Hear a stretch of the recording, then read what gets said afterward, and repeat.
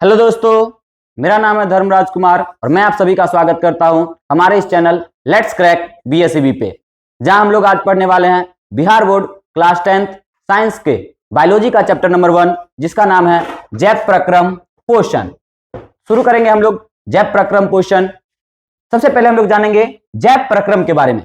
जैव प्रक्रम क्या होता है, तो ध्यान देंगे, किसी भी सजीव को जीवित रखने के लिए उसके अंदर होने वाली सभी प्रक्रियाओं को हम लोग जैव प्रक्रम कहते हैं। अब किसी सजीव को जीवित रखने के लिए क्या क्या प्रक्रियाएं जरूरी होती है, तो भोजन करना, श्वसन करना यानी कि सांस लेना, उस भोजन का पाचन, शरीर से अपशिष्ट पदार्थों का उत्सर्जन, शरीर में रक्त का प्रवाह यानी कि परिवहन, यही सारी प्रक्रियाएं एक सजीव को जीवित रखने के लिए जरूरी होती है। और इन्हीं सारी प्रक्रियाओं को एक साथ मिलाकर हम क्या कहते हैं, एक साथ जोड़कर हम क्या कहते हैं, जैव प्रक्रम कहते हैं। समझ में आ गया? चलिए हम लोग देखते हैं जैव प्रक्रम की परिभाषा को। देखिए, वे सभी मौलिक क्रियाएं जो किसी जीव को जीवित रखने के लिए जरूरी होती, आवश्यक है, और जो सामूहिक रूप से शरीर के अनुरक्षण यानी कि मेंटेनेंस और मरम्मत का कार्य करती है, जैव प्रक्रम कहलाती है। तो सिंपल शब्दों में याद रखेंगे, वे प्रक्रियाएं जो किसी सजीव को यानी जीवित जीव को जीवित रखने के लिए जरूरी होती है, उन्हें हम क्या कहते हैं, जैव प्रक्रम कहते हैं। अब इनमें क्या क्या शामिल होती है? जैव प्रक्रम में हमारा पोषण शामिल होता है यानी कि भोजन करना, श्वसन शामिल होता है यानी कि श्वास लेना, परिवहन हमारे शरीर में रक्त का प्रवाह या न्यूट्रिशन का एक जगह से दूसरी जगह पोषक तत्वों का ले जाना, ये सारी प्रक्रियाएं तो परिवहन। उसके अलावा उत्सर्जन, हमारे शरीर में बने अपशिष्ट पदार्थों के शरीर से बाहर निकलना। उसके अलावा वृद्धि और जनन, यही सारी प्रक्रिया शामिल होती है किसमें, हमारे जैव प्रक्रम में। चलिए आगे चलेंगे। जैव प्रक्रम के बाद दूसरा हमारा पॉइंट है पोषण।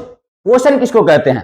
तो देखिए, पोषण क्या होता है, अब किसी जीव द्वारा भोजन ग्रहण करना और उस भोजन से ऊर्जा प्राप्त करना और उस प्राप्त किए हुए ऊर्जा का शरीर के अलग अलग कार्यों के लिए उसका उपयोग करना, यही पोषण कहलाता है। भोजन ग्रहण करके उससे ऊर्जा प्राप्त करना और उस ऊर्जा का उपयोग करना क्या कहलाता है, पोषण कहलाता है। चलिए इसका उदाहरण डेफिनेशन देखते हैं हम लोग। बोलता है, पोषण वह प्रक्रिया है जिसके द्वारा जीव भोजन को ग्रहण करते हैं और उसका उपयोग ऊर्जा प्राप्त करने, शरीर की वृद्धि, विकास और क्षतिग्रस्त ऊतकों की मरम्मत के लिए करते हैं।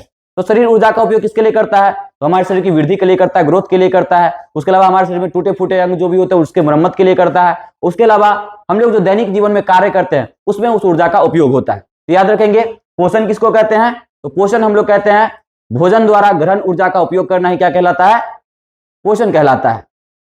चलिए देखेंगे हमें पोषण क्यों जरूरी है। तो पोषण हमें दैनिक जीवन में कार्यों को करने के लिए जरूरी है, उसके अलावा शरीर की वृद्धि के लिए और विकास के लिए जरूरी है, उसके अलावा रोगों से लड़ने के लिए भी हमारे अंदर पोषण की आवश्यकता होती है। आगे बढ़ेंगे हम लोग। तो चलिए आगे हम लोग पढ़ेंगे पोषण के प्रकार के बारे में। पोषण दो प्रकार के होते हैं, स्वपोषी पोषण और परपोषी पोषण। ऐसे जीव जो अपना भोजन स्वयं बना लेते हैं, खुद से बना लेते हैं, ऐसे जीवों को हम स्वपोषी पोषण कहते हैं। और जो जीव अपना भोजन खुद नहीं बनाते हैं, दूसरे जीवों पर निर्भर रहते हैं अपने भोजन के लिए, ऐसे जीवों को हम परपोषी कहते हैं। तो हम लोग पढ़ेंगे दोनों के बारे में। स्वपोषी वैसे जीव जो अपना भोजन स्वयं संश्लेषित करते हैं, उदाहरण के लिए हरे पौधे ऐसे ऑर्गेनिज्म, ऐसे जीव है जो अपना भोजन खुद बना लेते हैं। और परपोषी वे जीव जो अपना भोजन खुद नहीं बनाते बल्कि अन्य जीवों पर निर्भर रहते हैं। तो जैसे में मनुष्य पौधों या जानवरों से अपना भोजन प्राप्त करते हैं, जैसे में बाकी जानवर वगैरह जैसे शेर दूसरे जानवरों से मांस खाता है, तो ये क्या हो गए, परपोषी हो गए। अब आगे हम लोग पढ़ेंगे परपोषी के 3 प्रकार के बारे में। परपोषी 3 प्रकार के होते हैं। कौन कौन से होते हैं? तो परपोषी 3 प्रकार के होते हैं। पहला मृतजीवी, दूसरा परजीवी और तीसरा प्राणी संपोषी। मृतजीवी किसको बोलते हैं, आइए हम लोग एक एक करके इनके बारे में भी पढ़ते हैं। याद रखेंगे, परपोषी पोषण 3 प्रकार के होते हैं, मृतजीवी, परजीवी और प्राणी संपोषी। चलिए मृतजीवी पोषण क्या होते हैं? मृतजीवी पोषण वह पोषण जिसमें जीव मृत जंतुओं और पौधों के शरीर से या सड़े गले कार्बनिक पदार्थों से अपना भोजन ग्रहण करते हैं। ऐसे जीव जो किसी मरे हुए मृत जीव जंतु या पौधों के शरीर से या फिर किसी कार्बनिक सड़े गले कार्बनिक पदार्थ से अपना भोजन प्राप्त करते हैं, ऐसे जीवों को हम लोग क्या कहते हैं? ऐसे जीवों को हम लोग कहते हैं मृतजीवी पोषण। ऐसे जीवों को हम लोग मृतजीवी पोषण कहते हैं। इसमें याद रखने वाली बात यह है कि मृतजीवी अपना भोजन घुलित रूप में ग्रहण करते हैं। इसके अलावा ये जीव भोजन पर पाचक रस छोड़ते हैं और उसे बाहर ही पचाते हैं और फिर पोषक तत्वों को सोख लेते हैं। तो ये बहुत अच्छी चीज याद रखने वाली बात है कि जो मृतजीवी होते हैं वो मृतजीवियों में पाचन शरीर के अंदर नहीं होता है, मृतजीवी में पाचन शरीर के बाहर होता है। वो क्या करते हैं? अपने अंदर से पाचक रस छोड़ते हैं भोजन पे, भोजन बाहर ही पचता है और फिर उस पचे हुए भोजन से पोषक तत्वों को ग्रहण कर लेते हैं। और ऐसे जीवों को हम लोग क्या कहते हैं? मृतजीवी कहते हैं। तो याद रखेंगे मृतजीवी में क्या होता है?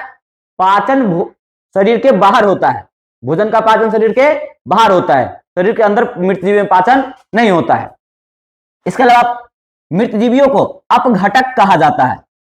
क्वेश्चन पूछा जाएगा निम्नलिखित में अपघटक कौन है? तो याद रखेंगे मृतजीवी को हम लोग क्या कहते हैं? अपघटक कहते हैं। अपघटक क्यों कहते हैं? क्योंकि मृतजीवी क्या करते हैं? मृतजीवी इस धरती पे मरे गले सड़े पदार्थों को सड़ा गलाकर वो क्या कर देता है? साफ करता है, हमारे पर्यावरण को साफ रखता है। यहाँ मरे हुए जीव जंतु या पेड़ पौधों के शरीर को, अंग को खा पी कर सड़ा गलाकर उसको खत्म कर देता है और इसीलिए हम लोग उन्हें अपघटक कहते हैं, क्योंकि वो उनका अपघटन करके हमारे पर्यावरण को साफ रखते हैं। तो याद रखेंगे मृतजीवी क्या करते हैं? ये कचरा को साफ करते हैं, हमारे धरती से, हमारे पर्यावरण से कचरे को साफ करते हैं, इसलिए हम लोग अपघटक कहते हैं, डिकम्पोजर कहते हैं। एग्जाम्पल इसके कवक हो जाते हैं, ईस्ट हो जाते हैं, मशरूम हो जाता है और कुछ जीवाणु हो जाते हैं। मशरूम आप लोगों ने देखा होगा। चलिए आगे, परजीवी पोषण। परजीवी पोषण किसको कहते हैं? तो ऐसे जीव जो जीवित जीवों के शरीर के अंदर या बाहर रहकर, ऐसे जीव जो किसी जीवित जीव के शरीर के अंदर या बाहर रहकर उससे अपना भोजन प्राप्त करते हैं, उसे हम लोग परजीवी कहते हैं। इसमें जो जीव होता है वो एक मिनट देखिए, वह पोषण जिसमें जीव किसी दूसरे जीवित प्राणी के शरीर के अंदर या बाहर रहकर उससे अपना भोजन प्राप्त करता है बिना उसे मारे। हाँ, इसमें क्या किया जाता है? जिस जीव के अंदर या शरीर के अंदर या बाहर रहता है उसको मारता नहीं है, बस उससे भोजन प्राप्त करता है। समझ में आ गया? तो परजीवी किसको कहते हैं? जो किसी जीवित जीव के शरीर के अंदर या बाहर रहकर उससे अपना भोजन प्राप्त करते हैं, उन्हें हम लोग परजीवी कहते हैं। जैसे अगर हम लोग एग्जाम्पल देखें तो एग्जाम्पल क्या हो जाते हैं इसके? एग्जाम्पल हो जाते हैं मनुष्य और जूं। मनुष्य और जूं, जूं यानी कि ढील हमारे सर में हो जाते हैं, हमारी बालों में हो जाते हैं और हमारा ही खून चूसते रहते हैं। तो यहाँ पे मनुष्य और जूं क्या हो गए? यहाँ पे जो जूं है ये क्या हो गए? परजीवी पोषण हो गए, जो कि हमारे शरीर में रहते हैं, हमें मारते नहीं है और हमसे अपना भोजन प्राप्त करते हैं। जैसे कुछ वायरस वगैरह होते हैं, तो वायरस हमारे शरीर के अंदर चले जाते हैं, हमें मारते भी नहीं है और हमारे अंदर से वो अपना भोजन प्राप्त कर रहे होते हैं। ठीक है, तो इस तरीके से मनुष्य से जो जूं भोजन प्राप्त करता है, तो ये जूं क्या हो गया? यहाँ पे परजीवी हो गया। उसी तरह अमरबेल, और अमरबेल क्या होता है? एक परजीवी प्लांट है जो क्या करता है? किसी भी दूसरे पौधे पर उग जाता है और उसका भोजन खुद ग्रहण करने लगता है। दूसरा पौधा भोजन बनाता है, अमरबेल उसका भोजन ग्रहण कर लेता है। उसी तरह के मनुष्य हम लोग खा पी के खूब बढ़िया से खून बनाते हैं और हमारा डायरेक्ट खून ले जाता है कौन? ये हमारा जू यानी कि ढील, अपनी भाषा में हम लोग इसको ढील बोलते हैं। तो चलिए आगे देखते हैं हम लोग, पोषी किसको कहते हैं? तो जिस जीव से भोजन लिया जाता है उसे पोषी कहते हैं। जैसे यहाँ पे मनुष्य से जू अपना भोजन ले रहा है, तो जू के लिए मनुष्य क्या हो गया? मनुष्य पोषी हो गया। तो जिस जीव से भोजन लिया जाता है उसे क्या कहा जाता है? उसे पोषी कहा जाता है। आगे चलेंगे हम लोग, उदाहरण देखेंगे इसके पादप यानी पौधों में उदाहरण होता है अमरबेल, जबकि जंतुओं में कौन होते हैं? गुलकृमि, फीताकृमि, प्लाज्मोडियम वो कारक है जो मलेरिया फैलाता है। उसके अलावा लीच, जूं, ये सारे इसके उदाहरण हो जाते हैं। आगे चलेंगे हम लोग, अब हम लोग देखेंगे मृतजीवी और परजीवी में अंतर। मृतजीवी और परजीवी में क्या अंतर होता है? ये क्वेश्चन बार बार पूछा जाता है, इसलिए इसको अच्छे से याद रखेंगे। भोजन के स्तर पर देखेंगे क्या अंतर होता है। भोजन के स्तर पर क्या अंतर होता है कि मृतजीवी जो होते हैं वह सड़े गले या कार्बनिक पदार्थों से, सड़े गले मृत या कार्बनिक पदार्थों से अपना भोजन प्राप्त करते हैं, जबकि जो परजीवी होते हैं वो जीवित जीव से अपना भोजन प्राप्त करते हैं। परजीवी जीवित जीव से अपना भोजन प्राप्त करते हैं। पाचन के स्तर पे देखेंगे हम लोग, पाचन में क्या अंतर होता है। मृतजीवी में भोजन का पाचन शरीर के बाहर होता है। हम लोग पढ़े थे अभी, मृतजीवी क्या करते हैं, शरीर के बाहर पाचक रस छोड़ते हैं और बाहर से पचा के भोजन से पोषक तत्व को सिर्फ ग्रहण कर लेते हैं। तो मृतजीवी में भोजन का पाचन शरीर के बाहर होता है, जबकि परजीवी में भोजन का पाचन शरीर के अंदर होता है। इसके अलावा इनका क्या प्रभाव होता है, तो जो मृतजीवी होते हैं वो हमारे पर्यावरण की साफ सफाई करते हैं, क्योंकि वो कचरों को सड़ा गलाकर खत्म कर देते हैं। जबकि जो परजीवी होते हैं वो जिस जीव पे रहते हैं उसको नुकसान पहुंचाते हैं, उसमें बीमारी पहुंचाते हैं। तो ये परजीवी जो होते हैं वो नुकसान पहुंचाते हैं, जबकि जो मृतजीवी होते हैं वो हमारे पर्यावरण को साफ रखने में मदद करते हैं। एग्जाम्पल इसके कुछ याद रखेंगे। मृतजीवी के क्या क्या हो जाते हैं, कवक, मशरूम। परजीवी के क्या हो जाते हैं, अमरबेल, जू, फीताकृमि। चलिए, उम्मीद करते हैं यहां तक आपको समझ में आ गया होगा। इसके आगे चलेंगे हम लोग। अब हम लोग पढ़ेंगे प्राणी संपोषी पोषण के बारे में।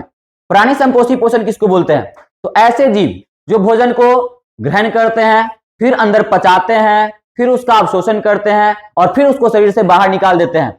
यानी जो प्राणी संपोषी होते हैं उनमें कई चरणों में जाके भोजन का पाचन होता है, और इसी को हम लोग, ऐसे ही जीवों को हम लोग क्या कहते हैं, प्राणी संपोषी कहते हैं। प्राणी संपोषी वह जीव जिसमें जीव भोजन को ठोस या तरल रूप में ग्रहण करता है, इसके बाद शरीर के अंदर उसका पाचन और अवशोषण होता है। ऐसे जीवों को हम लोग प्राणी संपोषी कहते हैं। अब प्राणी संपोषी में कई चरणों में होती है पाचन की प्रक्रिया, 5 चरणों में होती है। प्राणी संपोषी में पोषण की प्रक्रिया 5 चरणों में होती है। कौन कौन से चरण, सबसे पहला अंतर्ग्रहण, भोजन को अंदर लेना, अंतर्ग्रहण। दूसरा, अब एक बार भोजन जब शरीर के अंदर चला गया तो उसका पाचन शुरू होता है। पाचन होने के बाद वहां से पोषक तत्वों को अवशोषित किया जाता है, यानी कि अवशोषण होता है। उसके बाद स्वांगीकरण, यानी कि उस अवशोषित पोषक तत्वों को शरीर खून तक पहुंचाना और खून के द्वारा अलग अलग भागों में शरीर के पहुंचाना। उसके अलावा जो बचा हुआ अपशिष्ट पदार्थ है उसका शरीर से बाहर निकालना, उसी को हम लोग बोलते हैं बहिक्षेपण, या फिर उसी को हम लोग बोलते हैं उत्सर्जन। तो ये सभी प्रक्रियाओं के साथ जाकर मिलकर क्या होता है, प्राणी संपोषी में पोषण होता है, और इसीलिए हम लोग इनको प्राणी संपोषी कहते हैं। इसके उदाहरण क्या हो जाते हैं, अमीबा। ये क्वेश्चन पूछा जाता है, अमीबा में कौन सा पोषण पाया जाता है, तो याद रखेंगे अमीबा में प्राणी संपोषी पोषण पाया जाता है। बहुत बच्चे यहां पे गलती कर लेते हैं, लेकिन याद रखेंगे अमीबा में प्राणी संपोषी पोषण पाया जाता है। उसके अलावा मनुष्य, हम लोगों में भी प्राणी संपोषी पोषण पाया जाता है। मेंढक, कुत्ता, शेर, इन सभी जानवरों में भी क्या होता है, प्राणी संपोषी पोषण पाया जाता है। आगे चलेंगे हम लोग इसके। अब हम लोग पढ़ेंगे पौधों में पोषण के बारे में। पौधों में पोषण के बारे में हम लोग पढ़ेंगे। देखिए, पौधों में पोषण किस प्रक्रिया द्वारा होता है, प्रकाश संश्लेषण की प्रक्रिया द्वारा होता है। याद रखेंगे हम लोग, पौधों में जो पोषण होता है वो कौन सी प्रक्रिया द्वारा होता है, प्रकाश संश्लेषण की प्रक्रिया द्वारा होता है। प्रकाश संश्लेषण क्या है, तो प्रकाश संश्लेषण यह वह प्रक्रिया जिसके द्वारा हरे पौधे सूर्य के प्रकाश और क्लोरोफिल की उपस्थिति में कार्बन डाइऑक्साइड और जल की मदद से अपना भोजन ग्लूकोज बनाते हैं। याद रखेंगे, प्रकाश संश्लेषण की प्रक्रिया किसको कहते हैं हम लोग, तो प्रकाश संश्लेषण की प्रक्रिया वह प्रक्रिया जिसमें हरे पौधे क्लोरोफिल और सूर्य प्रकाश की उपस्थिति में जल और कार्बन डाइऑक्साइड लेकर अपना भोजन बनाते हैं, और उनका भोजन क्या होता है, उनका भोजन होता है ग्लूकोज। तो अपना भोजन ग्लूकोज बनाते हैं। आइए हम लोग इसकी पूरी घटना को समझते हैं, प्रकाश संश्लेषण की पूरी घटना को समझते हैं। सबसे पहले तो हम लोग जान लेते हैं कि प्रकाश संश्लेषण के मुख्य घटक क्या क्या होते हैं। तो इसके आवश्यक घटक, 4 आवश्यक घटक होते हैं। सबसे पहला होता है क्लोरोफिल, यानी कि पर्णहरित। क्लोरोफिल को हिंदी में हम लोग पर्णहरित कहते हैं। दूसरा, सूर्य का प्रकाश, सनलाइट जरूरी होता है। तीसरा, कार्बन डाइऑक्साइड, और उसके अलावा चौथा, जल की आवश्यकता होती है। तो ये 4 मुख्य घटक है। क्वेश्चन पूछा जाता है कि प्रकाश संश्लेषण के घटकों को लिखिए, तो याद रखेंगे प्रकाश संश्लेषण के 4 मुख्य घटक होते हैं, पर्णहरित यानी कि chlorophyll, Surya Prakash, carbon dioxide और जल। आइए अब इसके आगे चलते हैं हम लोग। अब हम लोग देखते हैं प्रकाश संश्लेषण के दौरान होती क्या है, होता क्या है, कैसे प्रकाश संश्लेषण की प्रक्रिया होती है। तो 3 प्रक्रिया मुख्यतः हमको याद रखनी है। सबसे पहला काम क्या होता है, जो क्लोरोफिल होता है, पौधों की पत्तियों में जो क्लोरोफिल होता है वो क्या करता है, सूर्य प्रकाश को अवशोषित करता है, सूर्य के प्रकाश को अवशोषित करता है। फिर जो प्रकाश अवशोषित किया गया है उसका रासायनिक ऊर्जा में रूपांतरण होता है, यानी सूर्य की ऊर्जा को रासायनिक ऊर्जा में बदल दिया जाता है। उसके बाद उस रासायनिक ऊर्जा का उपयोग करके H2O यानी कि जल को तोड़ दिया जाता है। जल का हमारा फॉर्मूला H2O होता है, और इसको अलग अलग हाइड्रोजन और ऑक्सीजन में तोड़ दिया जाता है। हमारे जल को हाइड्रोजन और ऑक्सीजन में तोड़ दिया जाता है, और अपघटन उसके बाद कार्बन डाइऑक्साइड के साथ अभिक्रिया करके हाइड्रोजन का क्या बन जाता है, कार्बन डाइऑक्साइड के साथ अभिक्रिया करके हाइड्रोजन का कार्बोहाइड्रेट बन जाता है, यानी कि ग्लूकोज बन जाता है, और ऑक्सीजन वातावरण में रिलीज होता है, जिसको हम लोग श्वास के रूप में लेते हैं। तो समझ में आ गया होगा आप लोगों का। सबसे पहले क्लोरोफिल द्वारा सूर्य प्रकाश का अवशोषण होता है। दूसरा काम, सूर्य प्रकाश का रूपांतरण रासायनिक ऊर्जा में होता है, और उस रासायनिक ऊर्जा का उपयोग करके जल को तोड़ा जाता है हाइड्रोजन और ऑक्सीजन में, और वहां से ऑक्सीजन वातावरण में रिलीज हो जाता है, और हाइड्रोजन के साथ अभिक्रिया करके कार्बन डाइऑक्साइड कार्बोहाइड्रेट बना लेता है, कार्बोहाइड्रेट यानी कि ग्लूकोज, और यही हमारा क्या हो जाता है, पौधे का भोजन हो जाता है। चलिए अब हम लोग प्रकाश संश्लेषण का रासायनिक समीकरण देखेंगे। ये क्वेश्चन भी बहुत बार पूछा गया 2 नंबर के क्वेश्चन में कि प्रकाश संश्लेषण का रासायनिक समीकरण क्या है। तो याद रखेंगे प्रकाश संश्लेषण का रासायनिक समीकरण क्या होता है, 6CO2 12H2O सूर्य प्रकाश बटा chlorophyll C6H12O6 plus 6O2 6H2O। इसको अच्छे से याद रखेंगे, ये कई बार क्वेश्चन पूछा जाता है। यानी कि प्रकाश संश्लेषण की प्रक्रिया में 6 अणु कार्बन डाइऑक्साइड के लिए जाते हैं, 12 जल के लिए जाते हैं, और इन दोनों के अभिक्रिया से क्लोरोफिल और सूर्य प्रकाश के द्वारा इसका अभिक्रिया होता है और इससे ग्लूकोज बनता है। ये आपका ग्लूकोज का फॉर्मूला हो जाता है, ग्लूकोज का रासायनिक सूत्र होता है, ये आपका ग्लूकोज C6H12O6 ये ग्लूकोज का सूत्र होता है। और ये भी आपके एग्जाम में कई बार पूछ लिया जाता है कि ग्लूकोज का रासायनिक सूत्र क्या है। तो ग्लूकोज का रासायनिक सूत्र या ग्लूकोज का अणुसूत्र क्या है, तो याद रखेंगे C6H12O6 ये आपके ग्लूकोज का सूत्र हो जाता है। आगे चलेंगे हम लोग। यहां एक नोट करने वाली बात यह है कि प्रकाश संश्लेषण की प्रक्रिया के दौरान ऑक्सीजन उप उत्पाद के रूप में बनता है। याद रखेंगे मुख्य उत्पाद नहीं होता है, उप उत्पाद के रूप में बनता है। प्रकाश संश्लेषण की जो प्रक्रिया होती है हमारे उसमें कार्बन डाइऑक्साइड और जल ये सभी मिलकर क्या करते हैं, ग्लूकोज बनाते हैं, ऑक्सीजन बनाते हैं और जल बनाते हैं। ग्लूकोज इसका मुख्य उत्पाद होता है जो पौधों का भोजन हो गया, लेकिन जो ऑक्सीजन रिलीज होता है वो इसका उप उत्पाद हो जाता है, क्योंकि इनको मुख्यतः बनाना क्या होता है, बनाना ग्लूकोज होता है, उनका अपना भोजन, लेकिन उसी प्रक्रिया के दौरान क्या बनता है, ऑक्सीजन भी बनता है। तो ऑक्सीजन क्या होता है, प्रकाश संश्लेषण की प्रक्रिया में उप उत्पाद के रूप में बनता है। तो क्वेश्चन पूछा जाता है प्रकाश संश्लेषण की प्रक्रिया में उप उत्पाद के रूप में क्या बनता है। बहुत सारे बच्चे यहाँ पे गलती कर लेते हैं, ग्लूकोज लगा देते हैं। याद रखेंगे ग्लूकोज उत्पाद के रूप में, मुख्य उत्पाद के रूप में बनता है, जबकि ऑक्सीजन उप उत्पाद के रूप में बनता है। इसको ध्यान रखेंगे अच्छे से। आगे चलेंगे हम लोग। अब आगे हम लोग देखेंगे प्रकाश संश्लेषण का स्थान होता कहां है प्रकाश संश्लेषण की प्रक्रिया। तो हम लोग अभी पढ़े कि प्रकाश संश्लेषण के लिए क्लोरोफिल जरूरी है, क्लोरोफिल की आवश्यकता होती है। और क्लोरोफिल कहां पाया जाता है, हमारा क्लोरोफिल हमारा क्लोरोप्लास्ट में पाया जाता है। और प्रकाश संश्लेषण की प्रक्रिया भी हमारा कहां होती है, प्रकाश संश्लेषण की प्रक्रिया भी हमारी क्लोरोप्लास्ट में ही होती है। शुरू से अंत तक प्रकाश संश्लेषण की प्रक्रिया हमारी कहां होती है, क्लोरोप्लास्ट में होती है। देखिए क्लोरोप्लास्ट में हरे रंग का वर्णक क्लोरोफिल पाया जाता है, जो सौर ऊर्जा को रासायनिक ऊर्जा में परिवर्तित करता है। हम लोग पढ़ चुके हैं। क्लोरोफिल के कारण ही पत्तियों का रंग कैसा होता है, पत्तियों का रंग हरा होता है। ये याद रखेंगे, ये क्वेश्चन भी पूछा जाता है कि पत्तियों का रंग हरा क्यों होता है। तो प्रकाश संश्लेषण के क्लोरोफिल के कारण ही क्या होता है, पत्तियों का रंग हरा होता है। आगे देखेंगे हम लोग। ये कुछ बातें याद रखने के लिए है कि पत्तियों को प्रकाश संश्लेषी अंग कहा जाता है, क्योंकि पत्ती पौधे के अंग पत्ता में ही क्या होता है, पूरी प्रकाश संश्लेषण की प्रक्रिया होती है, इसलिए पत्तियों को प्रकाश संश्लेषी अंग कहा जाता है। जबकि हरित लवक को यानी कि क्लोरोप्लास्ट को यानी कि हरित लवक को प्रकाश संश्लेषी अंगक कहा जाता है। अंग के अंदर जो छोटे भाग होते हैं उनको हम लोग अंगक कहते हैं। तो पौधे का पत्ता एक अंग हो गया, और उस पत्ते के अंदर जो अंग हुए क्लोरोप्लास्ट वो क्या हो गया, उसका अंगक हो गया, इसलिए इसको प्रकाश संश्लेषी अंगक कहा जाता है। उसके अलावा पौधों में गैसों के आदान प्रदान के लिए गैसों का जो आदान प्रदान होता है, हम लोग अभी पढ़े कि पौधे क्या करते हैं, वातावरण से कार्बन डाइऑक्साइड लेते हैं और प्रकाश संश्लेषण की प्रक्रिया के बाद ऑक्सीजन रिलीज करते हैं। तो ये गैसों का जो आदान प्रदान है वो कैसे होता है, तो पौधों में गैसों के आदान प्रदान के लिए एस्टोमाटा होता है। एस्टोमाटा पौधों पत्तियों के पीछे या पत्तियों पे छोटे छोटे छेद होते हैं, पीछे ज्यादातर होते हैं। तो वो जो छोटे छोटे छेद होते हैं उनको हम लोग एस्टोमाटा कहते हैं। और उसको अगर हम लोग जूम करके देखें तो हमें ऐसा दिखेगा, अगर हम लोग उसको जूम करके देख पाए तो वो हमें ऐसा दिखेगा एस्टोमाटा। और एस्टोमाटा के द्वारा ही क्या होता है, पौधों में गैसों का आदान प्रदान होता है। याद रखेंगे।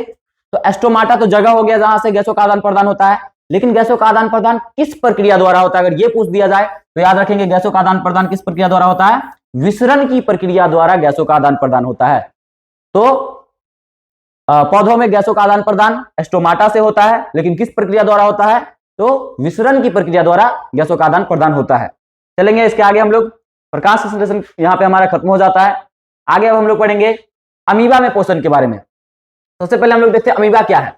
अमीबा एक कोशिकीय जीव है, और एक कोशिकीय जीवों में क्या होता है? जीवन की सारी क्रियाएं, सारी मौलिक क्रियाएं एक ही कोशिका के अंदर संपन्न हो जाती है। तो अमीबा भी एक कोशिकीय जीव है, जो कि मृदु जल यानी कि तालाब और झील के जल में पाया जाता है। इसका आकार अनिश्चित होता है, निश्चित नहीं होता है, यानी कि अनिश्चित होता है। ये अपना आकार लगातार बदलता रहता है, इसका कोई निश्चित फिक्स्ड शेप नहीं होता है, ये बदलता रहता है, कभी गोल कभी, यहाँ पे आप देख सकते हैं इसका आकार, इसका कोई फिक्स आकार नहीं होता, ये किसी भी आकार में ढल सकता है, इसीलिए इसका आकार अनिश्चित होता है। देख रहे हैं हम लोग, यहाँ पे इसका कोई निश्चित आकार नहीं है। ये दोनों हमारे अमीबा का डायग्राम है, देख रहे हैं आप, दोनों में किसी में भी इसका आकार निश्चित नहीं है। आगे चलेंगे हम लोग, तो इनका आकार, ये अपना आकार बदलते रहते लगातार, और ये किस पोषण को दर्शाते हैं? तो अभी हम लोग पढ़े अमीबा प्राणी संपोषी पोषण को दर्शाते हैं। अमीबा में पोषण के बारे में देखते हैं, कैसे होता है अमीबा में पोषण। तो अमीबा में पोषण 4 चरणों में होता है: अंतर्ग्रहण, पाचन, अवशोषण और बहिष्करण। सबसे पहले अमीबा कूटपादों का निर्माण करता है। अंतर्ग्रहण के लिए अमीबा क्या करता है? कूटपादों का निर्माण करता है, यानी कि अगर यहाँ पे अमीबा है और इसको यहाँ भोजन नजर आ गया, तो वो क्या करेगा? यहाँ से अपने हाथ जैसे, 2 हाथ जैसे कूटपादों का निर्माण करेगा, और जो इस भोजन को दोनों तरफ से क्या कर लेगा? घेर लेगा, और घेर कर अपने अंदर ले लेगा। तो यही क्या होता है? कूटपाद होते हैं। तो क्वेश्चन पूछा जाता है, अमीबा में भोजन का अंतर्ग्रहण किसकी मदद से होता है? तो याद रखेंगे, अमीबा में भोजन का अंतर्ग्रहण कूटपादों की मदद से होता है। अमीबा में भोजन का अंतर्ग्रहण कूटपादों की मदद से होता है। तो इस तरीके से कूटपाद का निर्माण करते हैं और भोजन को अंदर ले लेते हैं। अब एक बार भोजन अंदर आने के बाद भोजन रसधानी का निर्माण होता है। अब यहाँ भोजन आ गया, तो यहाँ पे भोजन रसधानी का निर्माण होगा, या खाद्य रसधानी का निर्माण होगा, खाद्य रिक्तिया का निर्माण होगा। और इस खाद्य रिक्ति यानी भोजन रसधानी में एंजाइम द्वारा उसका क्या होगा? भोजन का पाचन होगा, और इसे हम लोग पाचन कहेंगे। इसके बाद अवशोषण, एक बार भोजन पच जाने के बाद उसका अवशोषण होता है। बचा हुआ भोजन पूरे शरीर में फैल जाता है, और फिर जो बचा हुआ भोजन होता है उसको शरीर से बाहर निकाल दिया जाता है, और इसी को हम लोग बहिष्करण बोलते हैं। और यही हमारा अमीबा में भोजन, अमीबा में पोषण कंप्लीट हो जाता है। आगे चलेंगे हम लोग, अगला हमारा पैरामीशियम। पैरामीशियम भी एक कोशिकीय जीव है, यह भी एक कोशिकीय जीव है। इसमें क्या होता है? यह भी मृदु जल में पाया जाता है, जैसे तालाब वगैरह, झील वगैरह के जल में। इसका आकार निश्चित होता है, इसका आकार अनिश्चित नहीं होता है, इसका आकार निश्चित होता है, ये एक फिक्स शेप में आता है। और इसका आकार कैसा होता है? तो इसका आकार चप्पल जैसा होता है। यह भी क्वेश्चन पूछा जाता है कि पैरामीशियम का आकार कैसा होता है। तो याद रखेंगे, पैरामीशियम का आकार कैसा होता है? पैरामीशियम का आकार चप्पल जैसा होता है, एक निश्चित आकार होता है इसका। आगे देखेंगे हम लोग, इसके पूरे शरीर पे छोटे छोटे बाल जैसी रचनाएं होती है, जिसको हम लोग पक्षमाभी या सीलिया कहते हैं। पक्षमाभी या सीलिया कहते हैं। तो याद रखेंगे, जो आप लोग ये जो देख रहे हैं पैरामीशियम का एक डायग्राम है, इसके शरीर पे देख रहे हैं इस तरीके से ये बाल, ये जो आप काले काले देख रहे हैं, ये सीलिया है। इसको क्या कहते हैं हम लोग? सीलिया, पक्षमाभी या सीलिया। ये इनको कई तरीकों से मदद करता है। पहला तो इनको चलने में मदद करता है, दूसरा भोजन पकड़ने में मदद करता है। तो इस तरीके से कई सारे कार्यों में उसको मदद करता है सीलिया। चलिए पोषण की प्रक्रिया देखते हैं, पैरामीशियम में पोषण कैसे होता है। तो पैरामीशियम में भोजन ग्रहण करने का एक निश्चित स्थान होता है। अमीबा अपना भोजन कहीं से भी ग्रहण कर सकता है और कहीं से भी भोजन का निष्कासन भी कर सकता है, उसमें कोई खास अंग मुख नहीं होता है। लेकिन पैरामीशियम में भोजन के अंतर्ग्रहण के लिए एक खास अंग होता है। यहाँ ये वो जगह है जहां से अमीबा अपना, पैरामीशियम अपना भोजन अंतर्ग्रहण करता है। और यहाँ जो ये सीलिया आपको नजर आ रहा है, ये भोजन को अंदर की ओर धकेलते हैं, जैसे भोजन पकड़ाता है उसको अंदर की ओर धकेल देते हैं और भोजन शरीर के अंदर पहुंच जाता है। तो भोजन के अंतर्ग्रहण के लिए इनके शरीर पर बाल जैसी रचनाएं होती है, जो कि भोजन जिन्हें पक्षमाभी कहते हैं। ये पक्षमाभी लगातार गति करके भोजन को के कणों को शरीर के एक विशेष छिद्र, जिसको मुख कहते हैं, तक धकेल देते हैं। अब मुख तक भोजन आने के बाद वहां से पाचन शुरू होगा। भोजन शरीर के अंदर जाकर खाद्य रिक्तियां यानी कि भोजन रसदानी, फूड वैक्यूल्स बनाते हैं, और यहां भोजन का पाचन होता है। इसके बाद भोजन जब पच जाता है, फिर भोजन को शरीर से बाहर निकाल दिया जाता है, और इसे हम लोग बहिष्करण बोलते हैं। तो क्या होता है, यहां से कोई भोजन आया, तो इसको ये सीलिया क्या करेंगे, पकड़ के धकेल के अंदर पहुंचा देंगे। अब यहाँ से भोजन का पाचन होगा, इस तरीके से भोजन घूम के इधर से आएगा और फिर पचा हुआ भोजन, पूरा पचा हुआ जो अपशिष्ट पदार्थ बचेगा वो यहाँ से बाहर निकल जाता है। यहाँ से वो भोजन और पचा भोजन यानी अपशिष्ट पदार्थ क्या होगा, शरीर के बाहर चला जाएगा। चलिए, उम्मीद करते हैं आपको पैरामीशियम में पोषण समझ में आ गया होगा। आगे चलते हैं हम लोग। अब हम लोग पढ़ते हैं मनुष्यों में पोषण के बारे में। मनुष्य में पोषण किस प्रकार से होता है, तो देखें, मनुष्य में पोषण के लिए, मनुष्य क्योंकि एक बहुत विकसित प्राणी है, तो हमारे अंदर पोषण, पाचन, भोजन, इस सब के लिए भी सारे विकसित अंग होते हैं। और हमारे अंदर पोषण के लिए दो मुख्यतः अंग होते हैं। दो अंग कौन कौन से होते हैं, आइए। मनुष्य एक सर्वाहारी जीव है जिसमें प्राणी संपोषी होता है, प्राणी संपोषी पोषण होता है। मनुष्य में पाचन तंत्र काफी विकसित होता है, जिनके दो मुख्य भाग होते हैं। पहला भाग होता है आहार नाल और दूसरा भाग होता है पाचन ग्रंथियां। दो भाग होते हैं हमारे पाचन तंत्र के, आहार नाल और पाचन ग्रंथियां। आहार नाल में क्या क्या होता है, तो देखिए, यह मुख से लेकर गुदा तक फैली एक लंबी नली होती है। और आहार नाल की लंबाई कितनी होती है, तो आहार नाल की लंबाई 8 से लेकर 10 मीटर तक की होती है। आहार नाल की लंबाई 8 से लेकर 10 मीटर तक की होती है। और यह सवाल भी कई बार पूछा जाता है, आहार नाल की लंबाई कितनी होती है। याद रखेंगे, आहार नाल की लंबाई 8 से लेकर 10 मीटर तक की होती है। इसके मुख्य भाग निम्नलिखित हैं, कौन कौन से देख लेंगे हम लोग। आहार नाल में हमारा मुख गुहा आता है, ग्रास नली आता है, आमाशय आता है, छोटी आंत आती है और बड़ी आंत आती है। तो ये इसके कुछ मुख्य भाग है हमारे आहार नाल के। हम लोग देख रहे हैं, ये यहां से हमारा मुख गुहा शुरू होता है, यहां से यहां तक ये हमारा ग्रास नली होता है, फिर ये हमारा आमाशय हो गया। उसके अलावा ये हमारी छोटी आंत, बीच का जो ये छोटा भाग है, ये छोटी आंत हो गई, और ये बाहर वाला हमारा बड़ी आंत हो जाता है। समझ में आ गया। तो ये हमारे आहार नाल के मुख्य भाग है। आइए इनके बारे में हम लोग एक एक करके अच्छे से पढ़ते हैं। तो चलिए, हम लोग अब पढ़ते हैं मुख गुहा के बारे में। तो मनुष्यों में मुख गुहा में हमारे मुख्यतः 3 चीजें होती है। पहले तो हमारे दांत, फिर जीभ, और उसके अलावा हमारे मुख गुहा में 3 जोड़ी लार ग्रंथियां पाई जाती है। उसके बारे में पढ़ेंगे। सबसे पहले हम लोग पढ़ते हैं यहाँ पे दांत के बारे में।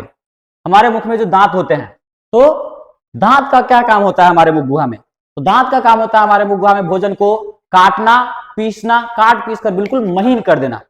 समझ में आ गया। तो महीन छोटे छोटे दानों में बदल देना हमारे भोजन को काट पीस कर, ताकि उसके पाचन में आसानी हो। तो पहला काम होता है हमारे दांतों का, जो कि हमारे भोजन को काट पीस कर बिल्कुल क्या कर देते हैं, बहुत छोटे कर देते हैं।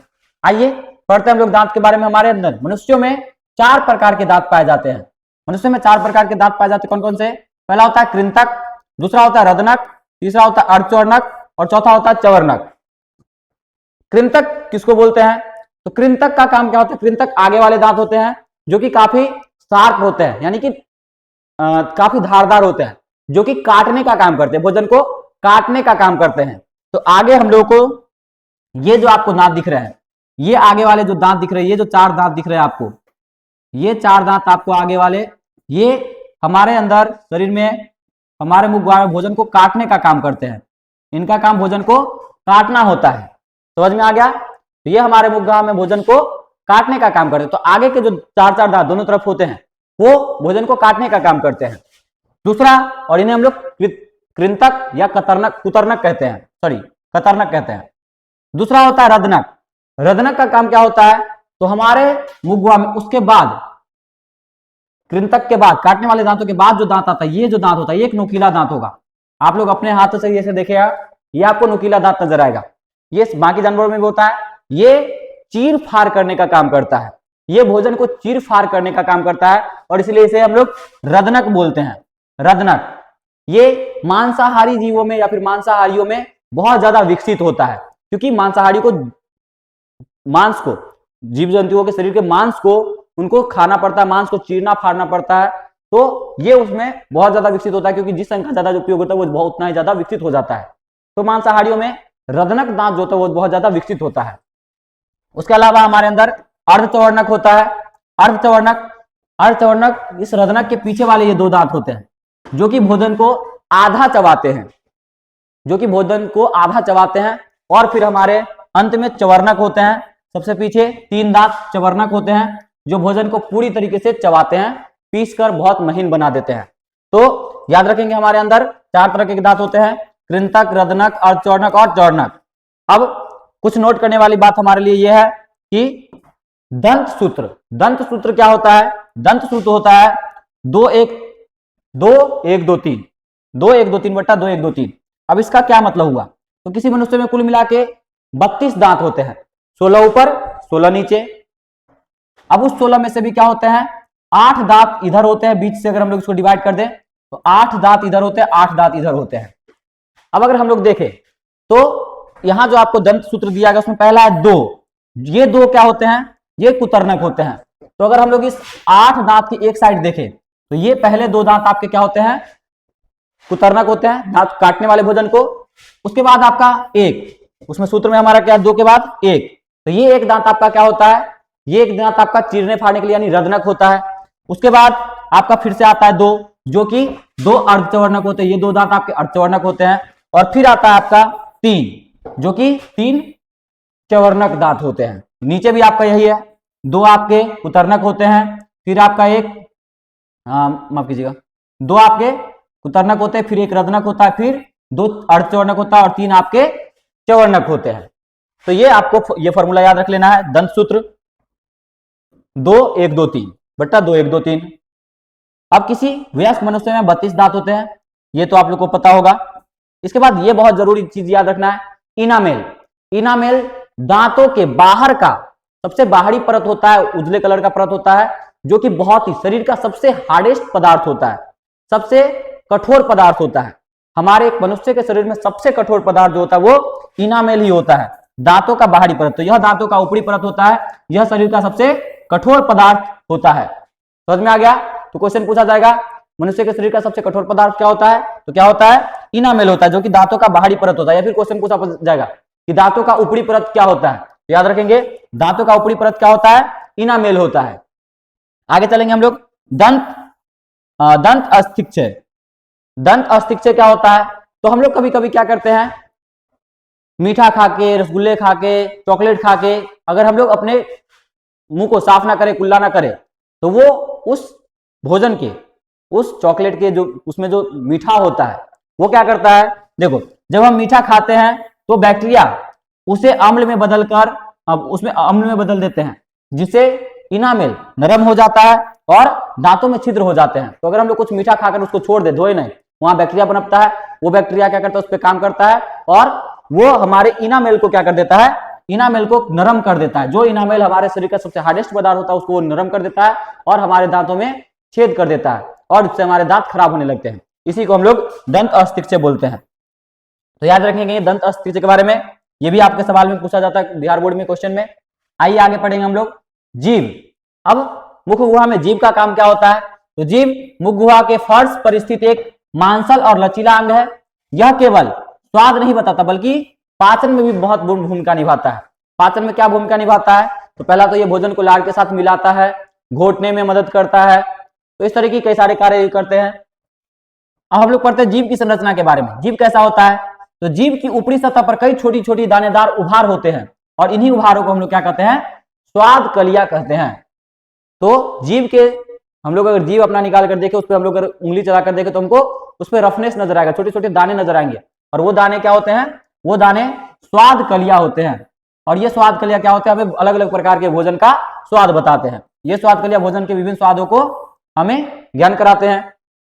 अब देखिए, एक जीभ में कितने स्वाद कितने टेस्ट जोन होते हैं?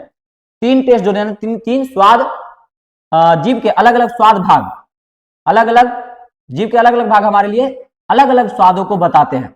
देखेंगे तो सबसे आगे जो हमारा जीभ का भाग होता है, यानी ये स्पॉट जो है हमारा सबसे आगे का जीभ का भाग, ये हमें स्वीट यानी कि मीठे पदार्थों का बोध कराता है। अगर हम लोग कुछ मीठा मीठा चीज खाएं, चॉकलेट खाएं, कुछ मीठा मीठा खाएं, तो वो हमें यहाँ मुंह में आते ही शुरू पहले ही पता चल जाता है, क्योंकि हमारा सबसे आगे का जो जीभ का भाग होता है वो हमें किसी मीठे चीज का बोध कराता है, मीठे चीज के बारे में बताता है। लेकिन अगर हम लोग कोई मीठा ना खा के नमकीन या खट्टा चीज खाते हैं तो हमें सीधे नहीं पता चलता, क्योंकि हमारा जो मीठा के बाद बीच साइड वाला भाग है यह हमें नमकीन पदार्थों का बोध कराता है। नमकीन पदार्थों के अगर खाते तो हमें नमकीन पदार्थ का खाद्य स्वाद यहाँ से आता है, नमकीन खाद्य पदार्थों का स्वाद यहाँ से आता है, और उसके पीछे हमारा होता है खट्टे पदार्थों का स्वाद कलिया, जो कि हमें यहाँ से खट्टे पदार्थों के बारे में बताता है। और सबसे पीछे होता है हमारा कड़वे स्वादों के लिए। अगर हम कोई कड़ू चीज खा ले, कड़वा चीज खा ले, तो वो हमें, जैसे मिर्च वगैरह, तो वो हमें सबसे पीछे की स्वाद गलियां बताती है कि तुमने कोई कड़वा चीज खा लिया है। समझ में आ गया? तो ये चार स्वाद कलियां होती है। सबसे आगे हमारे लिए मीठा, उसके बाद नमकीन सॉल्टी, उसके बाद हमारा खट्टा सौर, उसके अलावा सबसे पीछे होता है हमारा कड़वा। तो याद रखेंगे। अब आगे चलते हैं हम लोग। जीभ के कार्य, जीभ क्या काम करता है? तो सबसे पहले हमें भोजन का स्वाद का ज्ञान करवाता है, भोजन को मिलाने का काम करता है और निगलने में भी मदद करता है। इसके अलावा भोजन हमें बोलने में भी मदद करता है। हम लोग बोल तो तभी पाते हैं जब हमारे जीभ हमारे मुख के अलग अलग भागों से टकराते हैं। आइए आगे अब हम लोग पढ़ते हैं लार ग्रंथियों के बारे में। लार और लार ग्रंथियों के बारे में हम लोग पढ़े थे। मनुष्य में 3 जोड़ी लार ग्रंथियां पाई जाती है। बोलता है हमारे मुंह में भोजन गीला हो जाता है, यह एक तरल पदार्थ के कारण होता है, जिसको हम लोग क्या कहते हैं? लार कहते हैं। लार 3 जोड़ी लार ग्रंथियां होती है हमारे मनुष्यों में, यानी कि 3 जोड़ी, यानी कि कुल मिला के 6 लार ग्रंथियां होती है। 3 जोड़ी यानी कि 6 लार ग्रंथियां। सबसे पहला होता है पेरोटिड लार ग्रंथि। पेरोटिड ग्रंथि में क्या होता है? पेरोटिड ग्रंथि जो हमारा होता है वो कान के नीचे पाया जाता है, जो कि सबसे बड़ी ग्रंथि होती है। दूसरा होता है हमारा सबमंडिबुलर ग्रंथि, जो कि हमारे जबड़ों के नीचे पाया जाता है। और तीसरा होता है हमारा सबलिंगुअल ग्रंथि, जो कि जीभ के नीचे होता है। तो याद रखेंगे 3 जोड़ी कौन कौन सी लार ग्रंथियां पाई जाती है? पेरोटिड ग्रंथि, सबमंडिबुलर ग्रंथि और सबलिंगुअल ग्रंथि। बोलता है इनमें लगभग 99% जल ही होता है। हमारे लार में क्या होता है? 99% जल ही होता है। 1% क्या हो जाते हैं? एमाइलेज और श्लेष्मा होते हैं, और यही मिलकर क्या बनता है? लार बनता है। चलिए लार के कार्यों के बारे में समझते हैं। लार क्या काम करते हैं? देखिए सबसे पहला काम तो वो रासायनिक पाचन का करते हैं, केमिकल डाइजेशन। लार में लार एमाइलेज होता है। क्या होता है? लार एमाइलेज होता है, या फिर टाइलिन होता है। और ये क्या करता है? ये टाइलिक नामक एंजाइम पाया जाता है। इसका काम होता है यह भोजन में मौजूद जटिल मंड यानी कि स्टार्च को तोड़ देता है और उसको शुगर यानी कि माल्टोस में बदल देता है। तो याद रखेंगे हमारे लार का क्या काम होता है? तो लार का काम होता है भोजन का केमिकल डाइजेशन यानी कि रासायनिक पाचन, और उसमें सबसे पहला काम तो लार में एमाइलेज होता है या फिर टाइलिन होता है। और एमाइलेज क्या करता है? एमाइलेज जो होता है वो मंड को, स्टार्च को किस में बदल देता है? माल्टोज में। तो क्वेश्चन पूछा जाता है कि बताइए एमाइलेज स्टार्च को किस में बदल देता है? तो एमाइलेज स्टार्च को माल्टोज में बदल देता है। याद रखेंगे एमाइलेज एंजाइम स्टार्च को माल्टोज में बदल देता है। एमाइलेज एंजाइम स्टार्च को माल्टोज में बदल देता है। आइए अगला देखते हैं। यही कारण है कि जब हम रोटी को ज्यादा देर तक चबाते हैं तो हमें यह मीठा लगने लगता है। हाँ, आप लोगों ने देखा होगा कभी हम रोटी खा रहे हैं, कहीं और हमारा ध्यान चले गया, हम रोटी को चबाई जा रहे, घोट नहीं रहे।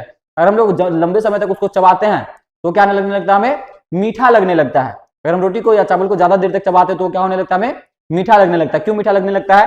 क्योंकि रोटी या चावल में होता है स्टार्च होता है, जो कि एमाइलेज एंजाइम से अभिक्रिया करके और क्या बन जाता है? माल्टोज बन जाता है। और माल्टोज क्या एक प्रकार का शुगर है, और इसीलिए हमें वो रोटी मीठा लगने लगता है। आगे देखेंगे हम लोग भोजन को चिकना बनाने का भी काम करता है हमारा लार।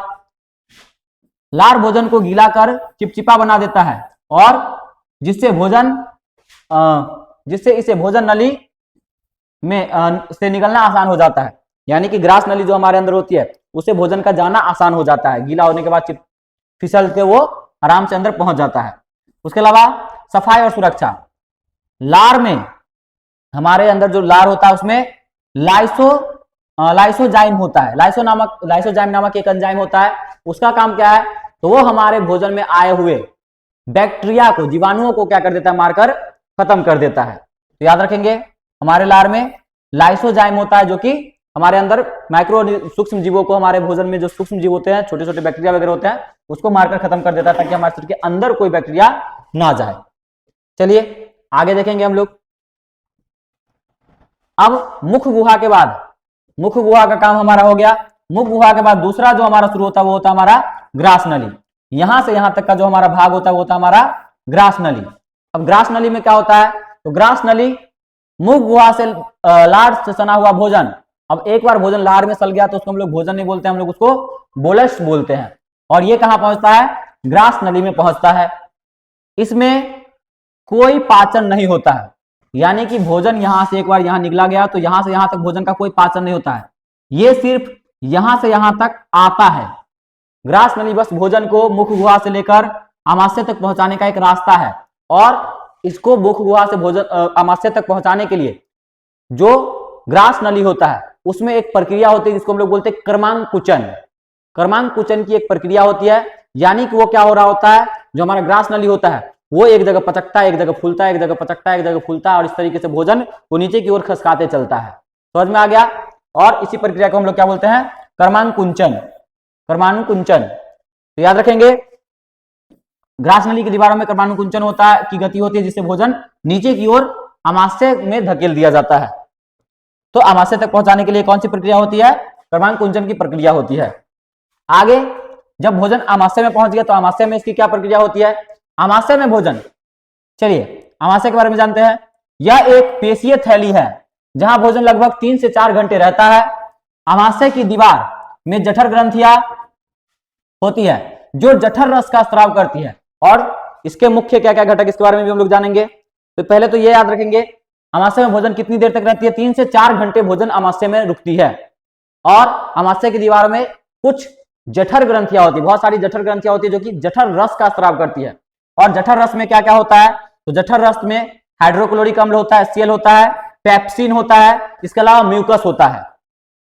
हाइड्रोक्लोरिक अम्ल, पेप्सिन और म्यूकस, ये 3 चीजें होती है जठर रस में। आपसे क्वेश्चन पूछ दिया जाएगा, बताइए जठर रस के घटक क्या क्या है, घटक यानी किस किस से मिलकर हमारा जठर रस बना है, तो 3 चीजों से मिलकर बना होता है, हाइड्रोक्लोरिक अम्ल यानी HCl, पेप्सिन, म्यूकस। अब इन तीनों का क्या काम होता है इसके बारे में हम लोग जानते हैं। हाइड्रोक्लोरिक अम्ल क्या करता है, तो हाइड्रोक्लोरिक अम्ल क्या करता है, निष्क्रिय पेप्सिनोजिन को पेप्सिन में बदल देता है। पेप्सिनोजिन को किसमें बदल देता है, पेप्सिन में, यानी पेप्सिन को, पेप्सिन जो कि निष्क्रिय होता है उसको सक्रिय कर देता है, पेप्सिन को काम करने के लिए एक्टिव कर देता है। तो पेप्सिनोजिन होता है उससे पहले, हाइड्रोक्लोरिक अम्ल उसको क्या कर देता है, एक्टिव कर देता है, और उसको क्या बना देता है, पेप्सिन बना देता है। तो पेप्सिन में बदलने का काम करता है, और साथ ही HCl भोजन को सड़ने से भी बचाता है, क्योंकि भोजन में आए हुए बैक्टीरिया वगैरह को HCl मारकर खत्म कर देता है। पेप्सिन, पेप्सिन क्या काम करता है, तो पेप्सिन प्रोटीन का आंशिक पाचन करके उसे पेप्टोन में बदल देता है। तो ये भी याद रखेंगे, पेप्सिन का काम क्या है, पेप्सिन प्रोटीन को पचाता है। पेप्सिन क्या करता है, पेप्सिन प्रोटीन को पचाता है, और प्रोटीन को पचाकर उसको किसमें बदल देता है, पेप्टोन में बदल देता है। और उसके अलावा हमारे पास लास्ट में होता है म्यूकस। अब म्यूकस का क्या काम है इसमें, तो म्यूकस क्या काम करता है, तो म्यूकस जो हमारे पेट में HCl है, जो कि एक बहुत ही ज्यादा आमाशय की दीवारों को अपने ही एसिड HCl से बचाने का काम करता है। HCl एक बहुत ही घातक हाइड्रोक्लोरिक अम्ल जो है वो बहुत ही ज्यादा घातक अम्ल होता है, वो हमारे पेट को ही क्या कर देगा, जला देगा। वो इतना ज्यादा स्ट्रॉन्ग एसिड होता है, वो बहुत ही ज्यादा स्ट्रॉन्ग एसिड होता है, और वो हमारे पेट को ही क्या कर सकता है, जला सकता है। तो इस HCl से हमारे पेट को बचाने के लिए क्या होता है, म्यूकस होता है। तो हमारे आमाशय से म्यूकस का स्राव होता रहता ताकि उस पर HCl का प्रभाव ना पड़े, आमाशय पे HCl का प्रभाव ना पड़े। और यही कभी कभी अगर HCl का स्राव बहुत ज्यादा हो जाता है, यानी हम लोग कुछ ऐसा भोजन खा लेते हैं जिसके लिए बहुत ज्यादा पचाने की जरूरत होती है, तो HCl का जो हमारा हाइड्रोक्लोरिक अम्ल है उसका स्राव बहुत ज्यादा हो जाता है, तो हमारे पेट में जलन होने लगती है, या फिर हमारे पेट में गैस बन जाता है। यही एसिड यानी अम्ल, अम्ल यानी एसिड बढ़ जाता है, और इसी को लोग क्या कहते हैं, एसिडिटी हो गया, यानी कि गैस हो गया। तो याद रखेंगे, आमाशय की दीवारों में HCl से बचाने के लिए, हाइड्रोक्लोरिक अम्ल से बचाने के लिए आमाशय की दीवार में किसका स्राव होता है, म्यूकस का स्राव होता है। चलिए आगे चलेंगे हम लोग। अब है क्षुद्रांत या छोटी आंत। छोटी आंत याद रखेंगे, इसका दूसरा नाम क्षुद्रांत भी है, क्षुद्रांत के नाम से भी इसको जाना जाता है। छोटी आंत का काम क्या होता है, तो पाचन का जो मुख्य काम होता है वो यहीं पे होता है। छोटी आंत में ही पाचन का सबसे मुख्य काम होता है। छोटी आंत आहार नाल का सबसे लंबा भाग होता है, और इसकी लंबाई 6 से 8 मीटर होती है, और तथा इसकी चौड़ाई कितनी होती है, 2.5 सेंटीमीटर होती है। याद रखेंगे, पूरे आहार नाल की लंबाई हमारी 8 से 10 मीटर होती है, और उसमें से 6 से 8 मीटर क्या हो जाता है हमारा, सिर्फ और सिर्फ हमारा छोटी आंत होता है। सिर्फ छोटी आंत की लंबाई 6 से 8 मीटर होती है, पूरी 8 से 10 मीटर में।